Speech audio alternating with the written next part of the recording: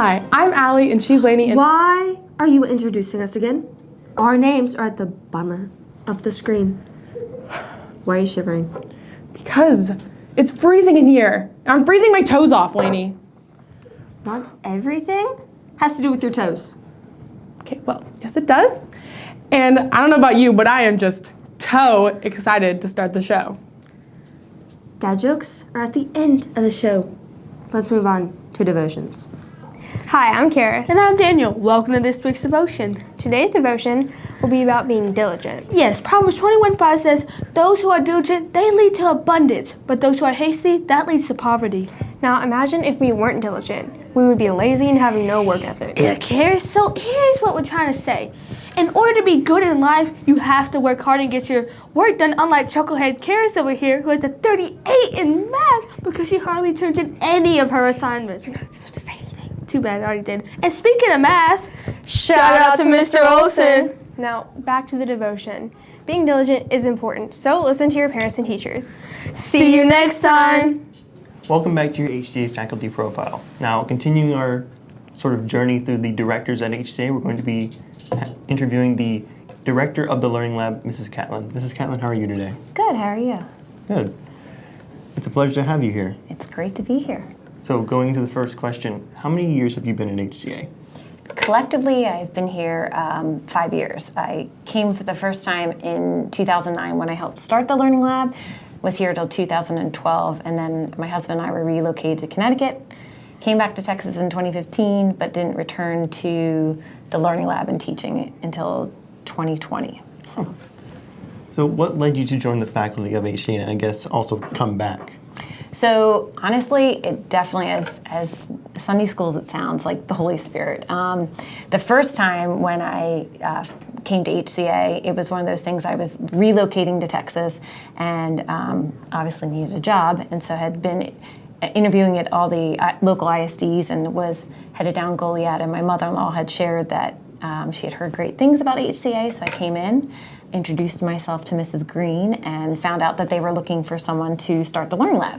So that happened from 2009 to 12, and then as far as coming back in 2020, it definitely was a time where I have two sons, and they were getting ready to go off to school, and it was kind of like just perfect timing, which is God's timing, that the position reopened and I could come back. So what does the job of director of the Learning Lab look like on like a day-to-day basis? Well, every day it looks different, but my job is to support students in both elementary and secondary. So currently I have students as young as second grade and as old as 10th, but I provide academic support for students with identified learning differences.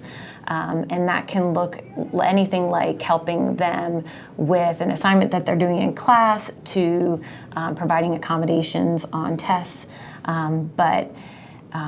In a nutshell, what I do is any student who is a student of the Learning Lab, I develop an individual education plan for them, which provides details to teachers and about the student and their strengths and needs and the accommodations they need in the classroom, but also what would be implemented in the Learning Lab as well. But I also then provide supports and information to teachers about students who have 504 accommodation plans. So those are the kids who don't come to Learning Lab but receive accommodations in class. I do those. And then I also serve as a resource to teachers if there's ever a time where they are looking for different interventions and ways to support students within their class. And then lastly, with administration, I work with them as well when they are interviewing prospective students to make sure that we're the right fit and can provide the necessary supports to students. So you speak about when the students come into the Learning Lab. When a student comes into the Learning Lab, what is almost like your goal or your vision for how they sort of develop and learn? So my goal for every student ultimately is for them to grow in their confidence. That's a big, big piece. I mean, We all learn differently regardless of if we have an identified learning difference or not, but a lot of times students will come to the Learning Lab after kind of experiencing, struggles or failures, and so confidence ends up being a big piece. So helping students to gain confidence in their God-given abilities, because we all have strengths, and then also instilling in them the ability to advocate for themselves, and meaning like just as simple as like being confident enough to email a teacher about an assignment that they're missing, or going to a teacher and asking for help, but also helping students to implement strategies that I teach them in the Learning Lab, implementing them when they're at home doing homework and also in class. So the big question that we've asked all the members of the faculty is the most important one, in my opinion. How do you think God has blessed HCA and its community, in your experience? I definitely believe God has blessed HCA with the people that He has brought here. There are so many incredibly talented teachers and staff that not only bring knowledge in the classroom, but from the faith perspective. We have so many teachers and staff who are involved with,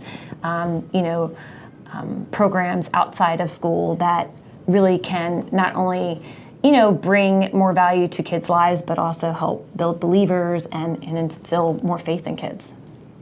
So, as our last question, kind of to get to know you, what is one thing you like to do outside of your time at HCA?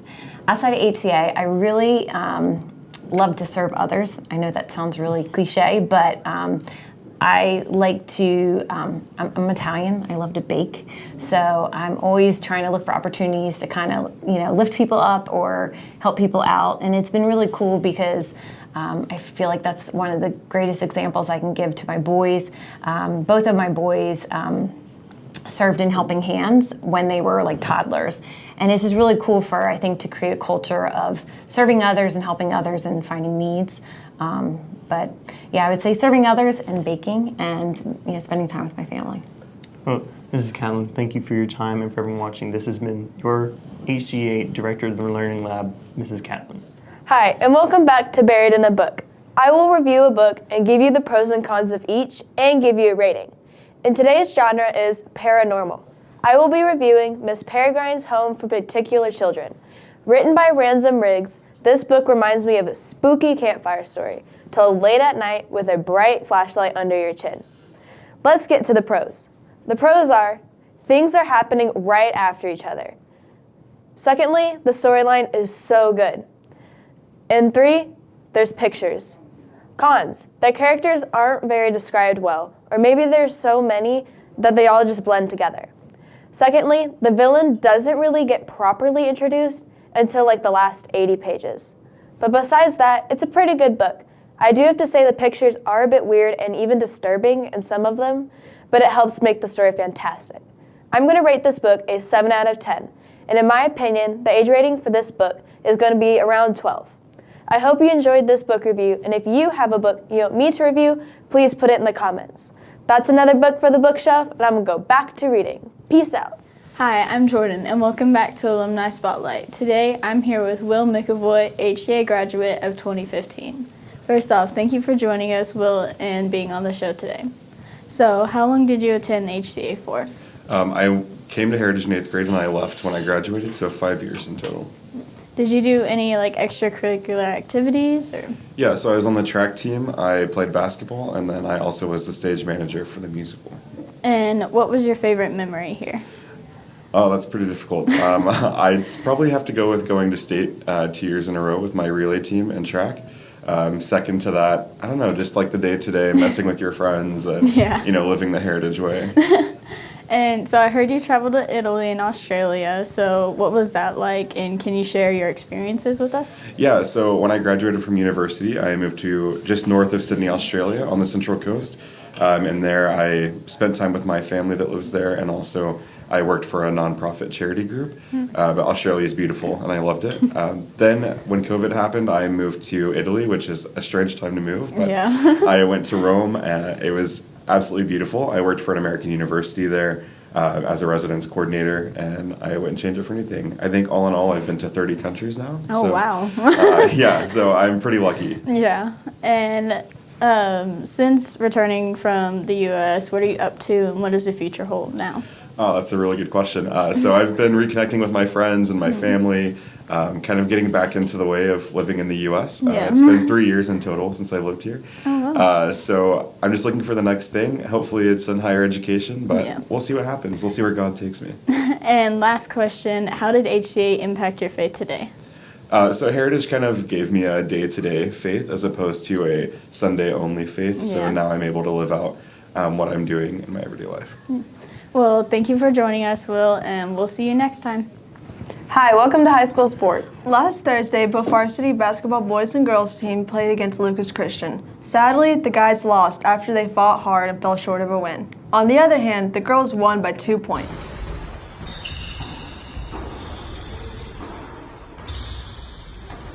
On the 18th, both girls and guys team played against Lake Hill. Here's some videos from both girls and guys games.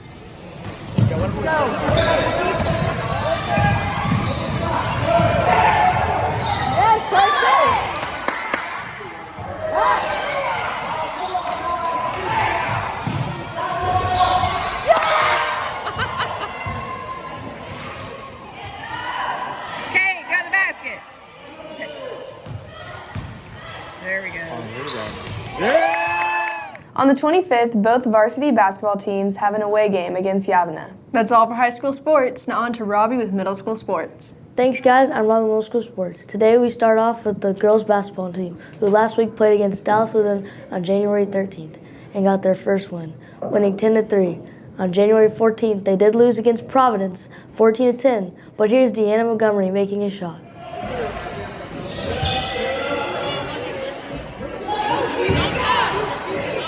Next week, the Lady Eagles will play against Lake Hill on January 27th. Taking a look at the boys basketball teams, on January 10th, B team will played against Prestonwood and won their first game, winning 22-14.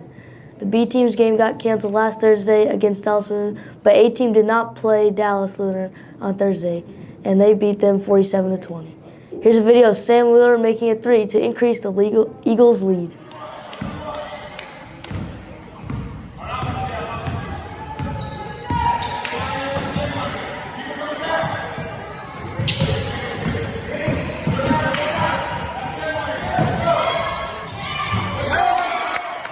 Then the next day, Friday, January 14th, the B team played against Providence and did lose 34-16.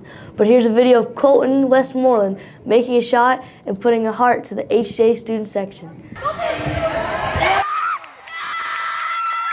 Next week, the boys A team will play against Lake Hill on January 27th. That's all for this week, and I'll see you next time. Hi, I'm Addison, and welcome back to Weird But True. This week's weird factoid has to do with raccoons. Did you know that the coati raccoon can rotate its ankles 180 degrees? That kind of grosses me out, but it would be pretty cool if I could do that too.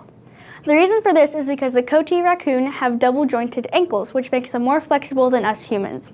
This benefits them because they can climb down trees much faster than if they had regular ankles. The wacky word for this week is heterochromia. Heterochromia is when a person or an animal has two different colored eyes. This can be caused by eye-related injuries, or someone can just be born with it. Well, that's all for today. I'll see you next time, and don't forget to stay weird. What is this? Well, you know, ballograms were available to buy on Tuesday, so I got a little sweet from my sweetie. Who's your sweetie? Did you buy something for yourself? Sure. Let's just go on to ASL. Hi, I'm Jordan, and this week's Bible verse is Romans 12:2. It says, "Do not conform to the patterns of this world, but be transformed by the renewing of your mind. Then you will be able to test and approve what God's will is, His good, pleasing, and perfect." This verse is talking about renewing your mind and changing the way that you think to create a life that honors God. The patterns of this world are leading to a broken life. Thank you for watching, and come back next time. Hi, I'm Griffen and welcome to Did You Know? Did you know that we're running out of helium? Helium is a non-renewable resource made on Earth due to nuclear decay of uranium and recovered from mines. However, when helium is released into the atmosphere, it becomes so difficult and costly to recover that eventually it just escapes the Earth altogether because it's so light. The Earth's helium is estimated to completely deplete anywhere from 15 to 100 years from now. I'm Griffen Harrell, and now you know. Hey guys, how you doing? if you don't remember, this is the show where no one knows and you don't. All right, let's get straight to the news. First, we have President's Day on February 21st, and the HCA Middle School and High School are going to a Spiritual Life Group's mission trip. Our group is going to see some dogs, so if you're a dog, shout out to you. We might come see you. I don't think there's any dogs watching this, but if there are, nice. Okay, and there's a K-5 field trip, and they're going to the Fire Frisco Safety. Whew, that's a mouthful. Speaking of fire, my grandma, on New Year's Day, put a sparkler on her dress and caught on fire.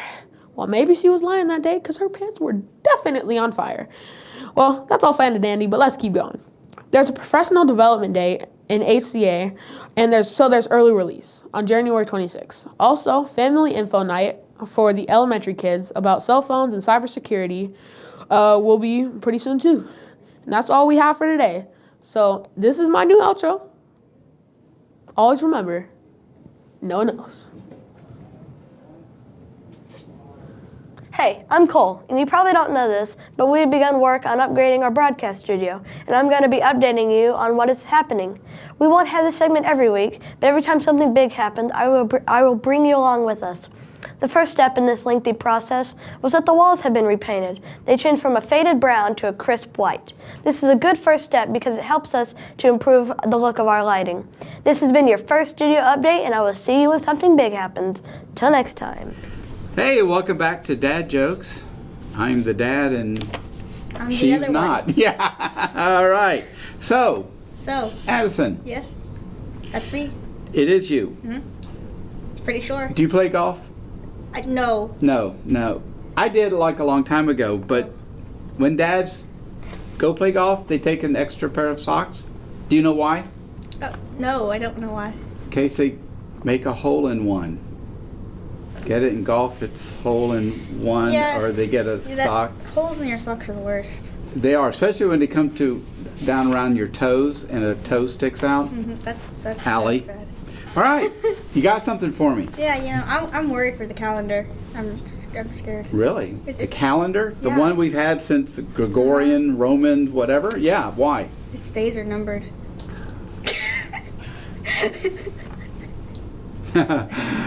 All right. That was funny. It is. Yeah. So, you've been in my class now for like 5-6 months, right? Yeah. Have you noticed that I thought the dryer was shrinking my clothes? I didn't know if you noticed that thing. It looked like, and I was blaming it on the dryer, when in fact it wasn't the dryer. You know what the problem was? What was the problem? It was the refrigerator. What? I'm eating a lot more from the refrigerator. My clothes are getting that's- tight because I'm getting. Uh-huh. It's not the dryer shrinking my clothes.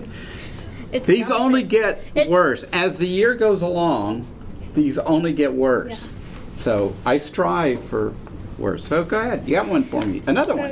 Where do you learn how to make a banana split? Where do they teach you? At the Banana Split School? I have no idea. Sunday school. Sunday School. S-U-N-D-A-E. Got you there, Sunday didn't I? School. Okay. Just for that, I'm going to give you the worst one I could think of. Oh gosh, golly gee. It's cold out today, right? Yeah, it's very cold. It's going to be cold tomorrow. Oh gosh. Right, I know. And so, but thinking about the ocean and the beach and the sun, and it's going to be like spring break is like Right around 6 the weeks. corner. Well, it's close. It's close. What did the ocean say to the beach? Catch you later, alligator. I don't know. No, didn't say anything. He just waved. That's a Oh. good. It's a wave like surfer wave. Okay, I don't think she's ever going to want to come back because of my jokes, but we hope that you come back next time for more of Dad Jokes. Thank you, Addison. You're welcome. You're welcome. Hi, and welcome back to another episode of Summer States. This week's state is New Mexico, so let's get right into it. Did you know that in New Mexico, you can see 5 different states from the top of Catlin volcano, including Texas, Oklahoma, Kansas, and Colorado, and of course, New Mexico. Also, Santa Fe was founded 10 years before the Pilgrims landed in Plymouth. About 75% of New Mexico's roads are unpaved. And lastly, it's home to the largest hot air balloon festival in the world. Well, that's all for this week. Stay tuned for next week. Bye. Well, wasn't that a great show? Yeah. Anyways, it takes 28 and a half of my big toes to fill one standard long-size school table. Well, I did not need to know that. Well, now you know. Griffen is going to come after you for that. He came after Noah, and now he's going to come after you. Do you like cake? That was kind of random, but yeah, I do like cake. Well, rumor has it, if we get to 350 subscribers, our broadcasting teacher, Mr. Engel, will stuff his face with cake. Well, that means that everyone watching this should subscribe. Yes. See you next time.